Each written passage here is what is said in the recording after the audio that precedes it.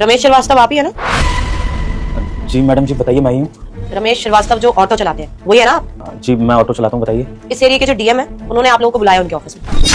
DM साहब ने हमको बुलाया, लेकिन क्यों मैडम जी? देखिए इस चीज की तो मेरे को कोई जानकारी नहीं है, मुझे आगे से जो ऑर्डर आया मैं बस वही फॉलो करूंगी। उन्होंने बोला आप और आपकी बीवी कल सुबह उनके ऑफिस में आ जाए। ठीक है मैडम जी, लेकिन बता रही थी कुछ बात हुई है क्या? ऑटो तो सही से चलाता हूँ मैं, ऐसा कोई दिक्कत नहीं है। देखिए अगर मुझे पता होता तो मैं आपको बता देती, मुझे बस इतना बोला है कि आपका 11 बजे का टाइम है सुबह, तो आप लोग पहुंच जाए। और हाँ, डीएम साहब ने टाइम के बहुत पक्के हैं तो लेट मत होना।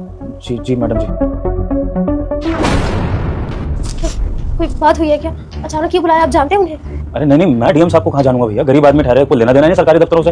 और मैंने तो सुना था कि शहर में नए डीएम लगे हैं, तो उनसे तो हमारा वैसे ही कोई मतलब नहीं। मुझे समझ नहीं आ रहा कि मुझको क्यों याद किया है। अब तो कुछ चारा नहीं है, चल लेंगे फिर सुबह। हाँ तो बुलाया है डीएम साहब ने तो जाना तो पड़ेगा ही। काम करना, फिर 11 बजे तैयार रहना। चलते हैं उनके ऑफिस में, देखते हैं क्या बात है। देखिए ना कितना बड़ा ऑफिस है, कितना सुंदर है। हम छोटे लोग तो यहाँ आ ही नहीं सकते। भैया डीएम साहब का दफ्तर है, बड़ा तो होगा ही ना। और ऐसे बड़े सरकारी दफ्तर में हम जैसे गरीबों को कौन ही बुलाता है। तो पता नहीं डीएम साहब ने हमको कैसे याद कर लिया। तो मुझको समझ में ये नहीं आ रहा है कि हमें यहाँ पर हमारे अच्छे के लिए बुलाया गया है या हमारे बुरे के लिए। सही कह रहे हैं, लेकिन जो भी हुआ हम तो ऐसे दफ्तर में कभी आने का सपने में भी नहीं सोच सकते। क्यों भैया? आप दोनों क्यों नहीं सोच सकते यहाँ पे आने का? हर्ष भाई तू यहाँ?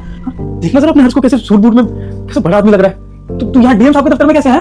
देवर जी आप यहाँ क्या कर रहे हैं? समझती नहीं हो, डीएम साहब के दफ्तर में नौकरी कर रहा होगा जरूर, बड़ा आदमी बन गया ना, है ना? डीएम साहब के दफ्तर में नौकरी कर रहा है। नहीं भैया, मैं डीएम साहब के यहाँ नौकरी नहीं करता।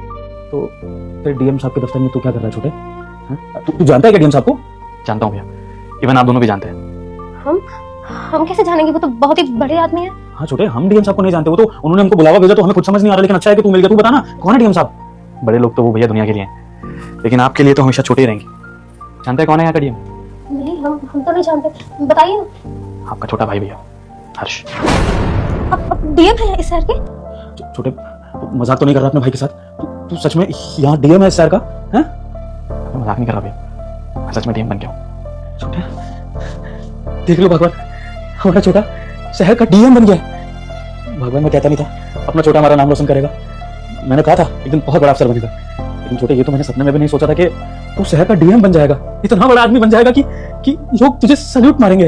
हाँ छोटे, आज लग रहा है कि मैंने अपना सपना जी लिया है। हाँ तो मैं यही तो मेरा सपना था ना भगवान, कि अपना छोटा कुछ बड़ा कर ले, जिंदगी में हमारा नाम रोशन करे। और अब डीएम बन गया मेरा भाई, तो इससे घर की बात हमारे लिए क्या हो सकती है? हम तो जानते थे कि हमारे देवर जी बहुत मेहनती है और एक दिन बहुत बड़े आदमी बनेंगे। देखिए आपका नाम रोशन कर दिया ना। भैया ये मेरे अकेले की मेहनत नहीं है, इसमें आप दोनों का बलिदान भी है।